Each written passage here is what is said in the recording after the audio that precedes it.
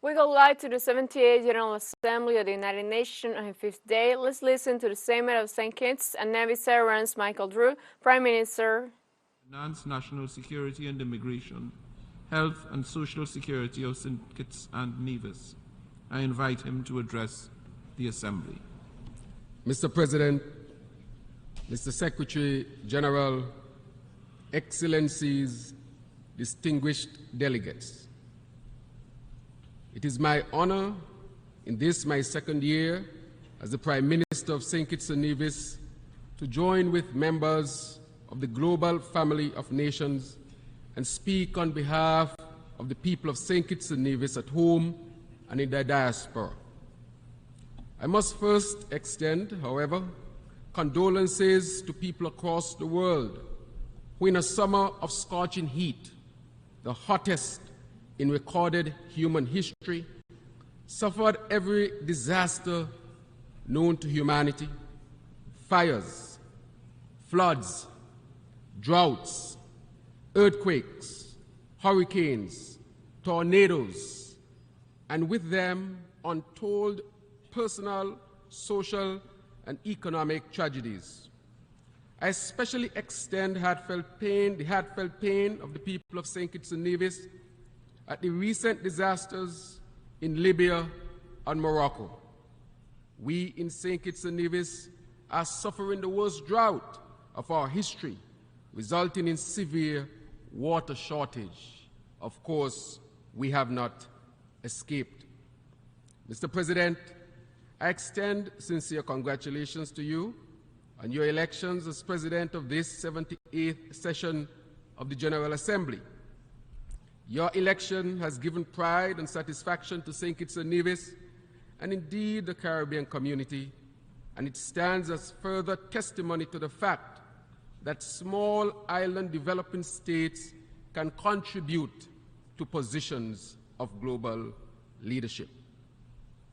Your term comes at a time of international complexity and conflict, of great global tensions and even greater global aspirations, of new geopolitical dynamics and even newer technologies which are transforming every aspect of life as we know it. These are times of great divide in income and well-being, combined with such growing insularity and loss of trust that it shouts the need for what Secretary General Guterres has rightly identified as the centrality of prevention, coordination, and partnership. St. Kitts and Nevis shares the view that this must be a period of prevention of the greatest downslide, socially, economically, environmentally, and of security for the people of the world. Mr. President, there exists an alarming lack of trust the world over. Lack of trust in state and global organizations, lack of trust in traditional media and what some regard as its management and manipulation of information, and, Mr. President, a lack of trust in the political class. In a world of distrust, the United Nations and its member states must show a sense of caring, inclusion, respect for the dignity of all to ensure we, the peoples, is a statement of unity and a clarion call for the word common to be truly reflected in how we view global commons and how we together achieve the agenda of the common good. If we are to rebuild trust and reignite global solidarity, leaders, particularly those in wealthier countries, must mean what they say and say what they mean. Developing countries are groaning under the weight of burgeoning challenges, not of their own making, and I would dare say some of which were inherited as a result of colonialization and transatlantic slave trade. Millions of Africans were uprooted from their homelands and transported across the Atlantic in the hulls of ships to be enslaved on plantations. This was the largest forced migration in human history, and it resulted in great wealth for some at the expense of the lives and the humanization of African peoples. It must be noted that compensation was paid to plantation owners, while the survivors of this crime against humanity were left in suffering and were hindered in their socio-economic development. Thus, it is past time for reparatory justice. I therefore encourage all to work together constructively as partners in the pursuit of and respect for justice. For as Martin Luther King said, the arc of the moral universe is long, but it bends towards justice. The climate challenge must continue to be highlighted. The industrial behemoth countries and companies push SIDS and others to the front lines of climate change. They accept little responsibility for financing the adaptation and mitigation measures necessary for the survival of developing countries, which suffer the consequences of the lifestyles and industries of others. Consequently, countries like mine, which are unable to access concessionary funding, are forced to fix the climate crisis by obtaining loans at exorbitant rates from the very countries where the problem originated. Our carbon footprint as a country is very small, yet we face the existential threat of climate change. This is unjust. We therefore call for climate justice. Mr. President, Your Excellencies, there is an urgent need for the international community to address the gaps and shortfalls of the current international financial architecture, with a view to strengthening support for SIDS, in particular through a multilateral sovereign debt mechanism, meaningful reform of the governance of the international financial institutions, and enhanced access to financial resources. I congratulate the World Bank on recent steps in the right direction. However, there is still much ground to cover if states like mine are not to fail and our economies and societies are to remain viable. I commend the Bridgetown initiative of my sister, Prime Minister Mia Mottley, as having the potential to effect the kind of changes that are essential to ensure equitable growth and sustainable development. Mr. President, I see as an outcome to addressing the issue of access to capital the development of a relevant and effective MVI, Multidimensional Vulnerability Index. I would like to caution, however, that to be effective, debt must be part of the metrics used for assessment and ranking of countries. Further, the risk and cost of wipeout environmental events, those which in a single event or series of events literally wipe out 5% of GDP or more, as well as the capacity to recover from such events, are all important metrics if the MVI is to work. Mr. President, at the national level, our government has commenced efforts to further ensure the holistic and resilient development of our communities. This undertaking is articulated in our vision to transform our country into a sustainable island state by 2040 and demonstrates the determination with which we take ownership of our own destiny and pursue our sustainable development aspirations. Our vision is buttressed by the 7 pillars: food security, green energy transition, economic diversification, sustainable industries, the orange economy, COVID-19 recovery, and social protection. These overarching areas include environmental sustainability, sustainable lives and livelihoods, health and wellness, and fiscal and debt resilience. To this end, we have made strides towards geothermal energy production and utilized loans from the CDB for this national development project, along with collaboration with groups such as the Atlantic Council and the PAC 30 initiative. Healthcare delivery and management have been strengthened.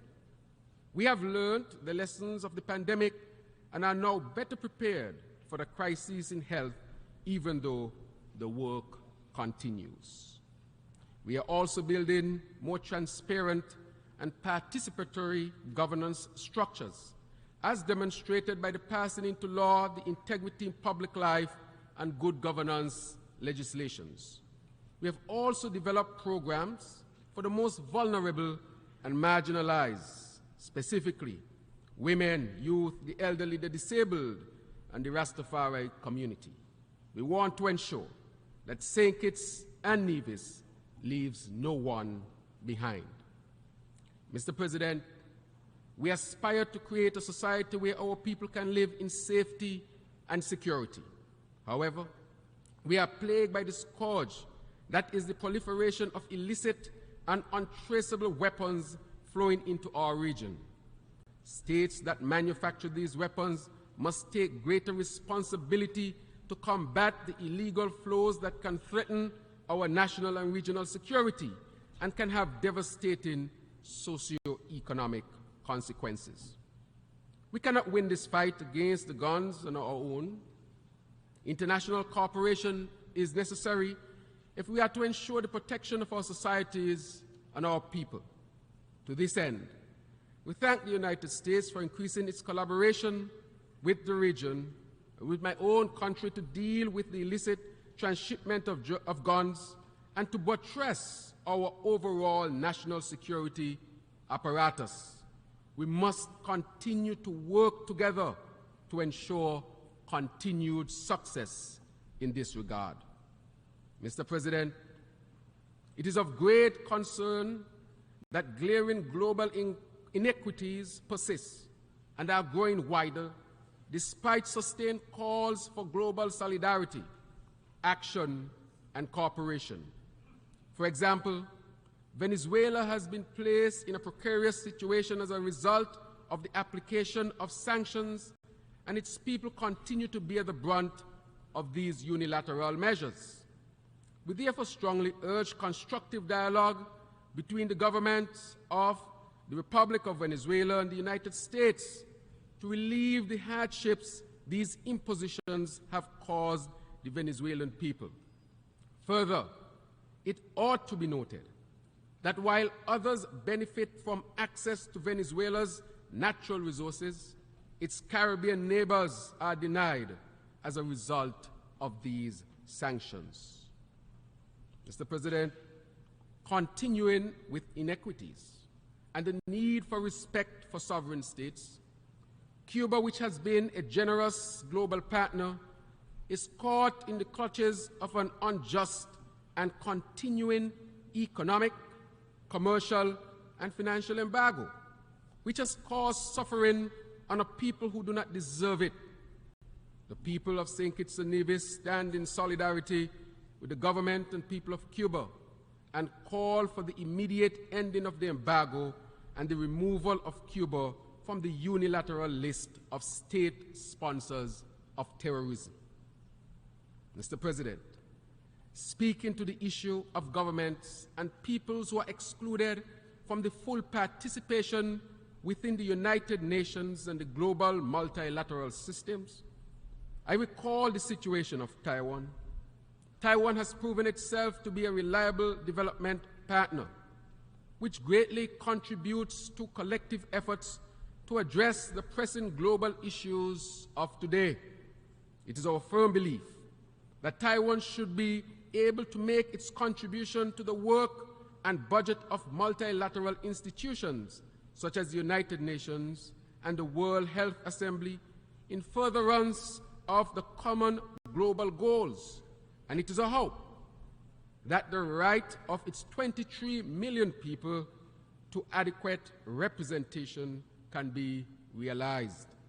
Moreover, we urge for peace in that region of the world, as war would result in severe consequences for all of us. Mr. President, closer home, The ongoing dire situation in our sister nation, Haiti, demands the sustained attention and support of the international community. Haiti, the first black republic in the Western Hemisphere, continues to grapple with unimaginable scale of human suffering. A political resolution is urgently needed, while also recognizing that appropriate measures must be taken to reverse Haiti's legacy of underdevelopment. We cannot move forward on the acceleration of the Agenda 2030 if we continue to knowingly and deliberately leave some people behind. Mr. President, we are living in a world in flux, where new emerging poles and spheres of influence are challenging the existing so-called rules-based order. New currencies are being internationalized, new trade routes are taking shape, and new security, political and economic blocs are emerging to drive geopolitical advantage. The voice of the Global South is growing bolder, with increasingly louder rumblings among powerful blocs calling for change. The need for an enhanced role and presence of developing countries from the Global South within the UN Security Council could not be more compelling. And we are convinced that in the face of these complex changes, the reform of the Security Council is necessary to better reflect contemporary geopolitical realities and enhance its effectiveness. In conclusion, this reform is critical. Let us consider a reset. On the heels of the 40th anniversary of independence of my country, the 40th anniversary, we declare that there should be a reset. We can consider it here, for it gives us the opportunity to establish an improved path to what we seek to achieve as an assembly. For today, at a time that is as challenging as it is exciting, we stand at the juncture of what is and what could be. We know what is. We understand what could be.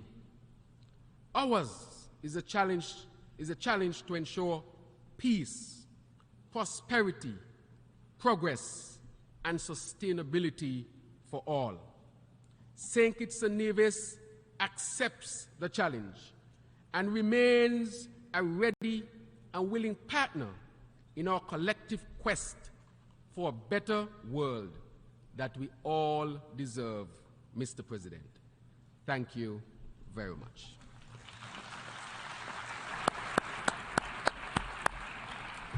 On behalf of the Assembly, I wish to thank the Prime Minister and Minister of Finance, National Security, Immigration, Health and Social Security of St. Kitts and Nevis for the statement just made, and I request protocol to escort His Excellency. Okay. The Assembly will hear an address by His Excellency Jose Ulysses Correa E. Silva. We were listening to the same as Micheal Drew, Prime Minister of St. Kitts and Nevis, that was present at the 78th General Assembly of the United Nations on the 5th day.